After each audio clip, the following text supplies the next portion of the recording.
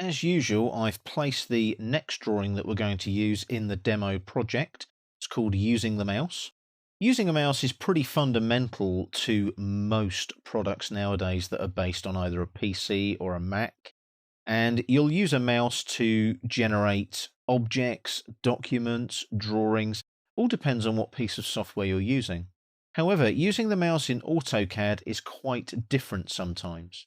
There are tools on the mouse that you might not be aware are actually available to you.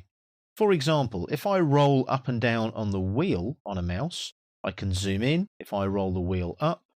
I can zoom out if I roll the wheel down.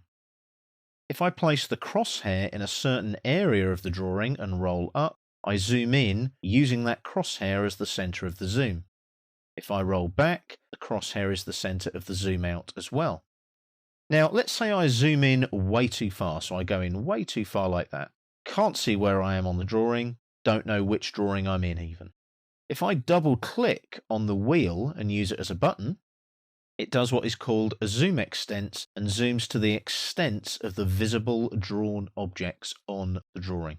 Very useful if you get lost, if you zoom in too far or you zoom out too far.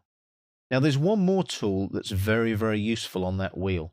If I move the crosshair somewhere, let's say I zoom in here, and you can see there's a wiring block there. You can see the screws where the connections screw in. Now, I might want to pan to another part of the drawing quickly. I hold down the wheel, little hand appears, can you see it there? And I move the mouse, and as long as I've got that wheel held down, I can pan across to another part of the drawing. I can then zoom out and look at that part of the drawing. I can then double click on the wheel to zoom extents again. So you can see how quick and easy it is to navigate using your mouse in AutoCAD and AutoCAD Electrical in this case. Also as well, your left-hand mouse button tends to be your select tool. So if I hover over, let's say, that line there, you can see it highlight. AutoCAD has a default highlight setting, so if I click now using the left-hand mouse button, you'll see it actually selects that line that forms part of that panel layout. If I hold down the Shift key on the keyboard and then left-click again on that line, it deselects it. Just a click on an object will select it, holding down Shift and a left-hand click will deselect it.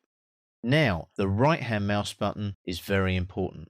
If I don't select any objects or a command and I right-click, you'll see there is the default right-hand mouse button context-sensitive shortcut menu, or the shortcut menu for short, for obvious reasons.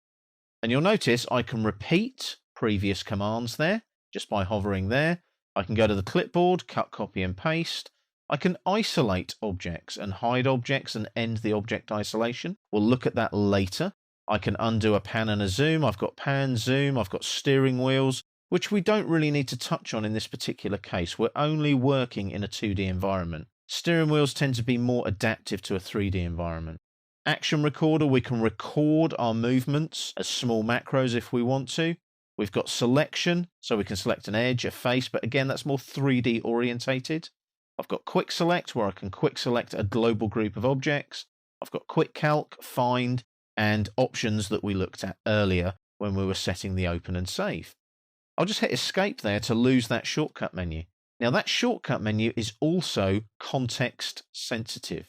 So if I go up here to the ribbon and click on the line command, and I select, let's say, this corner here. Now my object snaps aren't on, so I go down here, snap on, select that endpoint there and come down to that endpoint there and click again. So I've drawn that line, AutoCAD's waiting for me to draw another one. I can right click and I can undo that last segment. So it's context sensitive to the line command itself. I'll just hit escape there to cancel the line command. So you can see all of those tools there on the mouse give you that heads up display that you can see on the screen at all times. Very, very useful. Left-hand mouse button, right-hand mouse button, and obviously the wheel, and using the wheel as a button on the mouse can make your life much, much more efficient when using AutoCAD Electrical. I previously mentioned model and layout tabs when we were looking at the status bar. Now, down on the status bar at the bottom of the screen, you've got the model button that I mentioned, but here you've got the model tab button, and you've also got the layout button, which takes us into that other view, as we discussed previously. So if I click on this button here, that goes back to model. Now, there is another way of displaying model and layout in AutoCAD. Some people use it, some people don't. If you right-click on this model button here, you can display the layout and model tabs. If I click on that now, you'll see now that we have some tabs here at the bottom of the drawing area. They do the same thing. If I click on layout there, if I click on model there, you can see I can toggle between the two. The nice thing about these tabs though is if I right-click on them, they have a shortcut menu. I can hide them again. As you can see, if I click hide layout and model tabs, they go again. I have to go and click here on the model button and display the layout and model tabs again. But if I right-click on the layout 1 tab, for example, I can go into things like drafting standard setup. I can activate a previous layout. I can move or copy. I can rename and so on. If I actually make that layout 1 current, I'll just hit escape there to lose the right-hand menu and click on layout 1 tab. If I right-click on it now and go into Page Setup Manager, I can actually start setting up page setups for those particular layout tabs. I'll just close that because we're not going to do that right now. If I right-click on the Model tab, notice I've got the same options, but the Model tab has to be current. Right-click, and I can set a page setup for the Model tab as well if I wish. Sometimes you do that for the Model tab, sometimes you don't. Normally what you would do is plot from the Layout tab. So you make your layout current, right-click, and go to Plot here. That opens up the Plot dialog box. And then using a page setup here that you've set up, which we haven't done so yet, you would then plot your drawing. You can obviously use these tabs if you want to. I personally, as an instructor and a user, prefer them. I like to have them there so that I can see what I'm doing, plus I can use the right-hand shortcut menu to work with them whenever I want to. It's entirely up to you, but for the purposes of this course, they will be switched on. When you first start using AutoCAD Electrical, your screen will look like this. Apart from the fact that we have the demo project set up for this particular section on the training course. We'll come back to that later. You'll notice I've been using Save As a lot in this particular section as well. Save As is not a default setting in AutoCAD Electrical. You can see there it is, up on the Quick Access toolbar, Save As. If you click on this little flyout here, you'll see that Save As has a tick next to it. All you've got to do is select Save As in that menu and you'll see the tick appear. The tick indicates that Save As is displayed on the Quick Access toolbar. So when I click on Save As, it gives me the option to save the drawing as and save it in a folder somewhere. I'll just cancel that now. Let's look now at AutoCAD DWT files. Now a DWT is a template file that you open up a DWG from, even if it is a blank template. So let's try that now. I'm going to go up to the New icon here on the Quick Access toolbar.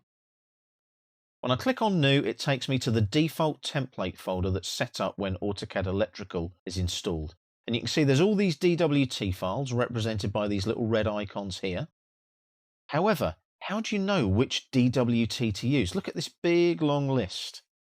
All different standards, different countries, different sheet sizes. Which one do I use? Some of them are more explanatory than others. For example, AutoCAD Electrical, AutoCAD Electrical IEC. IEC is the European metric standard for electrical, so we wouldn't use that one. AutoCAD Electrical without the IEC is in inches. It's just a default AutoCAD Electrical template. AutoCAD.dwt is just a blank imperial drawing. AutoCAD ISO.dwt is a blank metric drawing. Some of them are a bit more descriptive. If I come down the list, ANSI, American National Standards Institute, and the A, Bs and Cs are sheet sizes. If I come down to DIN standards, A0, A1 are sheet sizes and DIN is a European metric standard. But if you didn't know that, and I wasn't telling you that, how would you know which one to use? Sometimes you have to look them up. Sometimes, though, you get descriptions inside the DWT file. However, in this particular dialog box, they're not displayed. So how do we get these descriptions to display? What we do is we switch on the AutoCAD startup variable. So I'm actually going to go and use the AutoCAD DWT there. I'm not going to use the electrical one. I'm just going to go for a blank imperial drawing. Click on Open. That opens up a blank new drawing. You saw it flicker slightly there. It's opening up a new DWG, which AutoCAD sequentially is called Drawing 8 DWG. Now, take the crosshair to the center of the screen and just type the word Startup, all one word. Because we have dynamic input switched on, as you can see, it all comes up next to the crosshair there. Select Startup on the menu that appears. We'll look at dynamic input later on in the course, and you now get a prompt that will follow you around with the crosshair. In the input box, type 1 and press Enter. Now, in AutoCAD Electrical, we have just flicked a switch, if you'll pardon the pun. We've actually switched on the Startup dialog box. So what we'll do in the next video is we'll have a look at how that Startup dialog box works. At the moment though, we've got it all switched on and we're ready to go. In the last video, what we'd done is we'd set up the Startup variable, we'd switched it on, and we'd set it to 1, which means that the dialog box is now on. So how do we get that dialog box? Well, we go back up to the Quick Access toolbar and click on New. Now we get a dialog box that is very different. Now we've got a grayed out icon here on the left, open a drawing. We haven't actually opened and saved any drawings really yet, so we won't be able to display any drawings there, so that's why it's grayed out. The next one along though is very easy to understand. Start from scratch. You have imperial, feet and inches, and metric. These are those two templates that I pointed out. Imperial is AutoCAD.dwt, default blank imperial drawing. Metric is AutoCAD ISO.dwt, which is a default blank metric drawing. Moving along to the next icon, use a template. There's that list of templates that we had in the dialog box before we switched on the Startup variable. Now some of these have got a description. So AutoCAD DWT that I used is a normal English feet and inches drawing template. If I come down that list a bit, there's AutoCAD ISO, which is a normal international metric drawing template. Now the electrical ones, strangely enough, don't have a description. That's because it's in the title. AutoCAD Electrical IEC means that it's an AutoCAD Electrical IEC, which is metric European. So that's a metric template. AutoCAD Electrical DWT without the IEC or without the ISO is an imperial inches default electrical template. If I come down that list, you'll see that you've got things like DIN A1. That's a European metric standard with an A1 sheet size. Come up a bit, we've got some ANSI ones here. American National Standards Institute, and A portrait is the sheet size and the orientation. If I select that though, no description because it's all in the title. I can also browse, and that takes me straight back to that template folder that we looked at earlier. I'll just cancel that there. We can also, if we want to create and use our own settings instead of using ones from a template, we can use Advanced Setup or Quick Setup. We don't really need to do that. We've got this great big list here of templates that we can use in all of our AutoCAD electrical projects. So let's set up a new electrical drawing. I'm going to go up here and use AutoCAD Electrical.dwt. Click on OK. That gives me a nice blank drawing, all set up to inches because I selected AutoCAD Electrical and not the IEC one. What I'll do now is go up to Save As, and I'm going to save that as Startup Variable. So I'm going to put that in capital to show it's a variable like that, and then I'll type that in there, Startup Variable. Notice it's defaulted to that 2010 drawing that we set up in the settings in the options earlier. I'll click on Save there. That's now saved. You can see the path. Now, if you've got a big long path like that, just click on Save here, not Save As, and then all it does is show the file name. Just a little bit easier when you're trying to work out what your file's called. And then what we'll do, we'll go to Demo Project, right-click, Add Active Drawing, apply the project default values like so.